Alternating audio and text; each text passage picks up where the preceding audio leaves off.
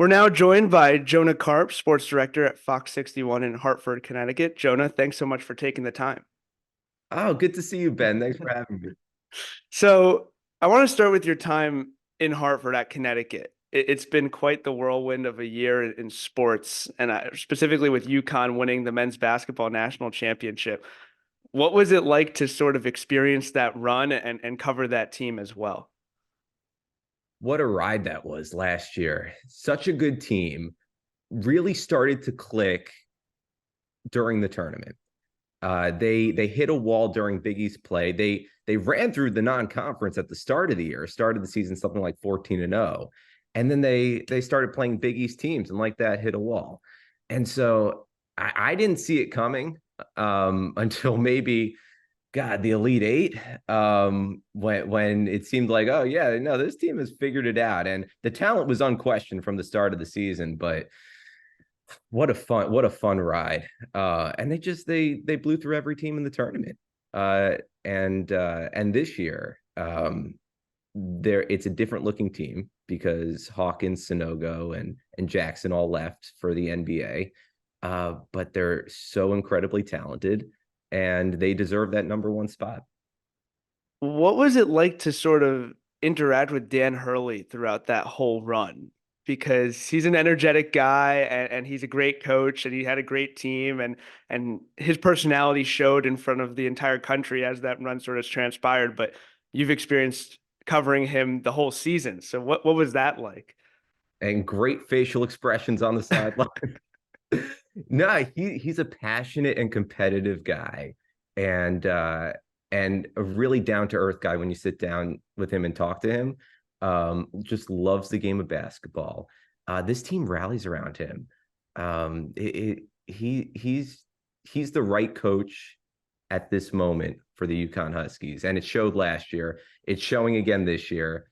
And he brings players like Cam Spencer. When they lost Jordan Hawkins, they needed a guy who can shoot outside, but also a guy who could just be a dynamic scorer. I didn't know if Cam Spencer could be that guy coming in from Rutgers. We knew he was a sharp shooter and a great, great, great shooter. But the guy has the competitive fire of the Hurleys. And a highlight for me when I was in Houston was talking to Bob Hurley Sr. And learning about that family, and just hearing his perspective on watching his son. It was the day before the national championship game, and going down to Houston with his family. And what a moment for the Hurley family last year. It, Just can't speak highly enough of that family. and they certainly have had a lot of success on the basketball court as well. Oh yeah. Towards the end of the year, you put out a video, and I encourage everybody to watch it. That was a year in review for Connecticut sports, where you sort of went from place to place and went down memory lane. What was the idea behind it? How did that sort of come about in that process? Well, thanks for watching the video, Ben. I did. That was a lot of fun to put together. I really enjoyed doing that piece. I did something similar the year before where we filmed the whole thing in Myrtle Beach because UConn football, for the first time in a while, by their standards, they went to a bowl game. And so we filmed the whole year ender in Myrtle Beach and did the fun transition thing. And this year I wanted to do that again. But we were in Connecticut. So I figured, like, hey, let's go to all these different places where the biggest Connecticut storylines happen this year. And we filmed everything in a day, short of one of the stand-ups, which we tried to film one day, and then the timing didn't work out, so we went back a different day. And oh, sorry, my phone. No, my mom's calling. I'll call her back later. Sorry about that interruption. That's okay. Um, and yeah, the transitions, a lot of them were choreographed ahead of time. Some of them we came up with on the spot. I had a photographer with me, and he also has a creative mind, and helped out with that thought. And yeah, I wanted it to rhyme. That was my big thing this year. So I had fun putting the script together. But I appreciate you watching. It was definitely a very fun video. I watched and I was like, I'm having a good time watching this. I was entertained. Yeah, I mean, the one question I had in post production was, do I add music to it? And those, and I played with different songs, and none really stuck. And I'm like, I'll just go a cappella for this. And I thought it worked. So, It worked. I can confirm. I want to transition a little bit from Connecticut to the Super Bowl. And you've been on this trip before. You've been on it twice in 2019 and 2020. How was that? And 2019 was the first year that this trip happened for Syracuse students. How was that experience going and being the first group to go? I remember feeling so excited and not really sure what to expect. And once you get there, the first year we went in 2019, that was in Atlanta, and you just get hit with a wall of content.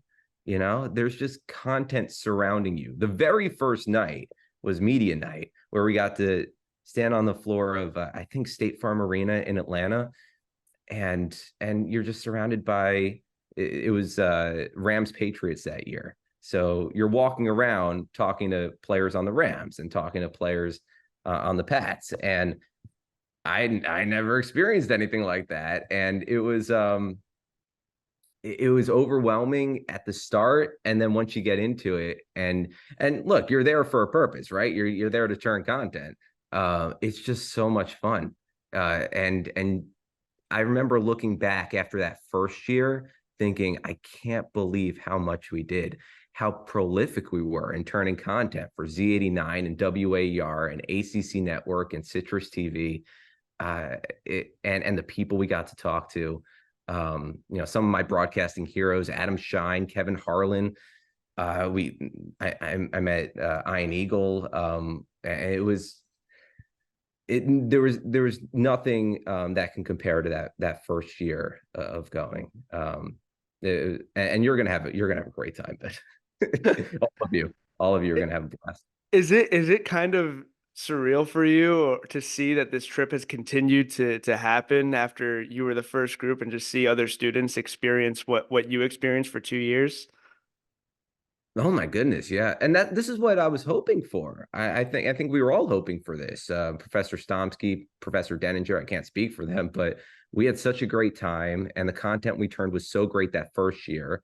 The second year, I was nervous for a different reason, because Professor Denninger wasn't going with us, so it was 4 students, 3 on-air people, and a producer, Caitlin.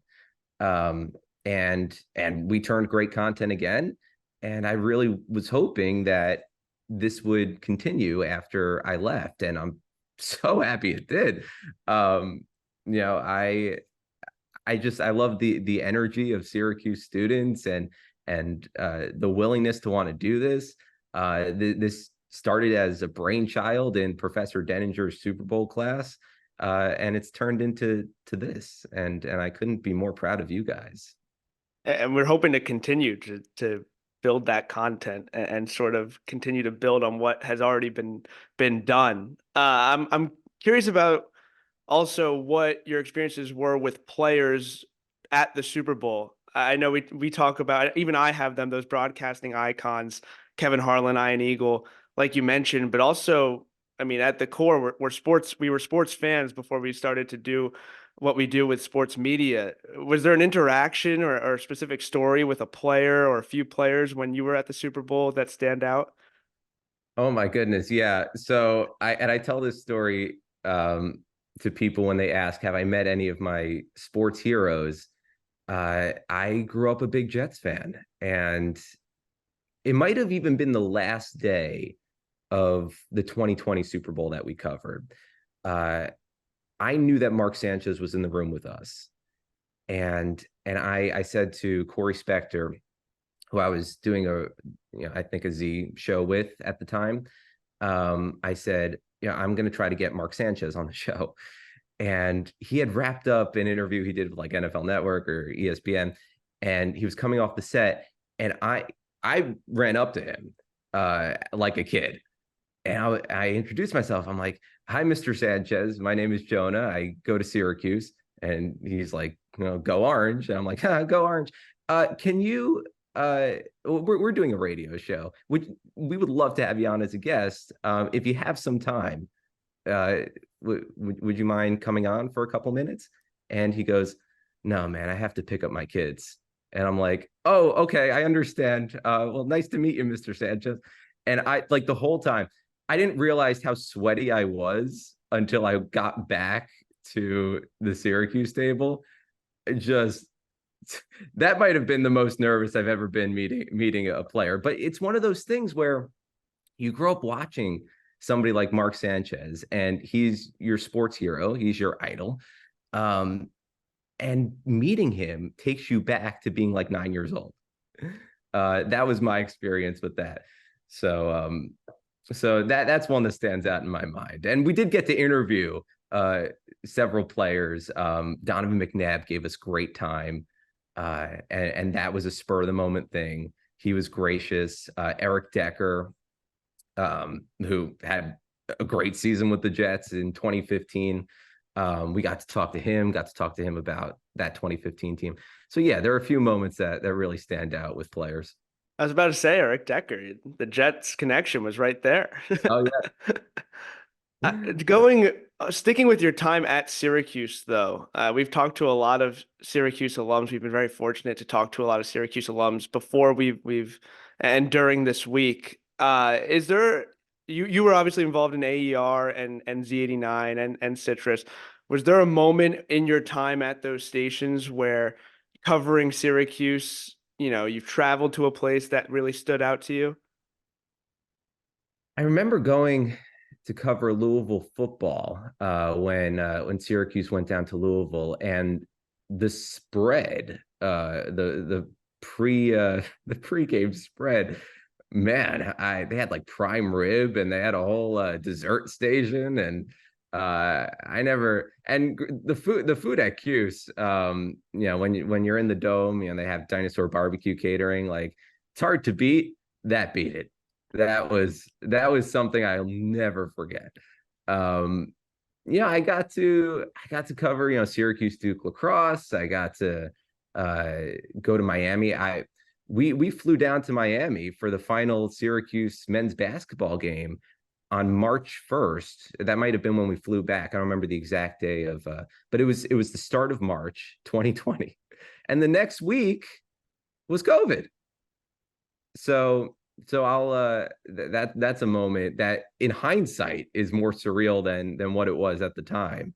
Um, Not knowing what was going to come, but yeah, that I had some fun trips. Georgia Tech, and yeah, we traveled a lot. You don't realize how much you travel as a Syracuse broadcast student until you look back and you're like, I don't know if I'll ever do that much traveling in such a short amount of time ever again. But it was fun, man. It was a lot. That's what happens to us too. I mean, me in particular, I get questions from my family and friends being like, "Are you done traveling?" And I'm like, I still got some more. I still got some more." It's so Uh, great. it is. And two quick things. One about this year's Super Bowl in terms of Chiefs 49ers. What sort of stands out to you about this game in particular?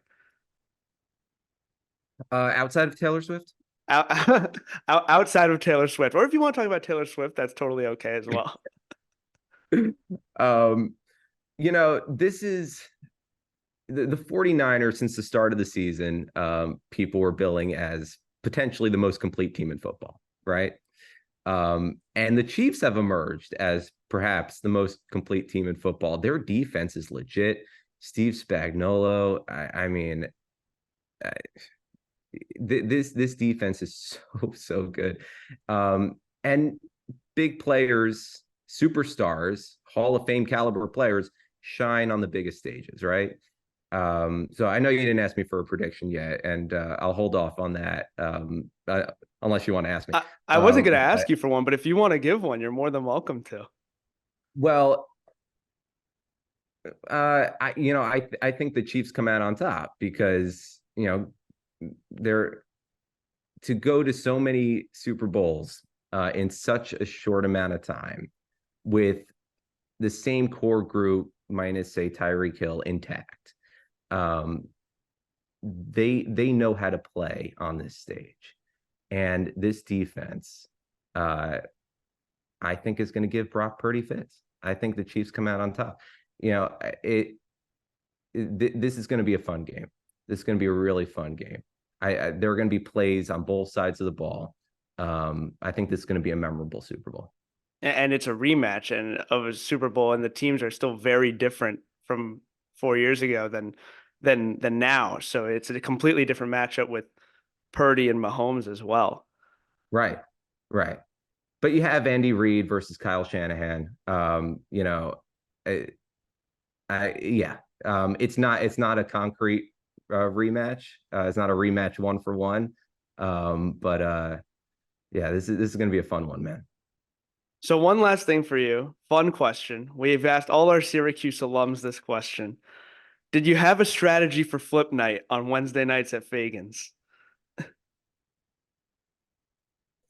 Uh, did I have a strategy?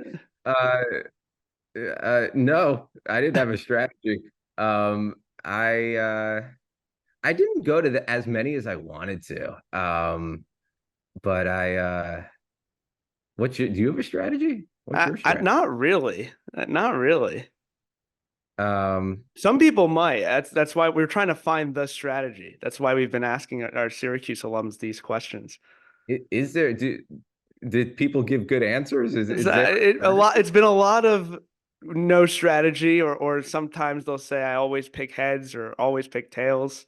I mean, I always pick tails, but like I don't know. If you're lucky, you're lucky. If you're not, Right. you're not, right? Um, yeah, no, I didn't have a strategy. If I won, then I was done for the night. That was Right. I like my strategy is knowing when to stop. Yeah. That's That's a good strategy. That's a good strategy. Well, yeah. Jonah, thanks so much for taking the time. We really appreciate it. Oh, thanks for having me on, Ben.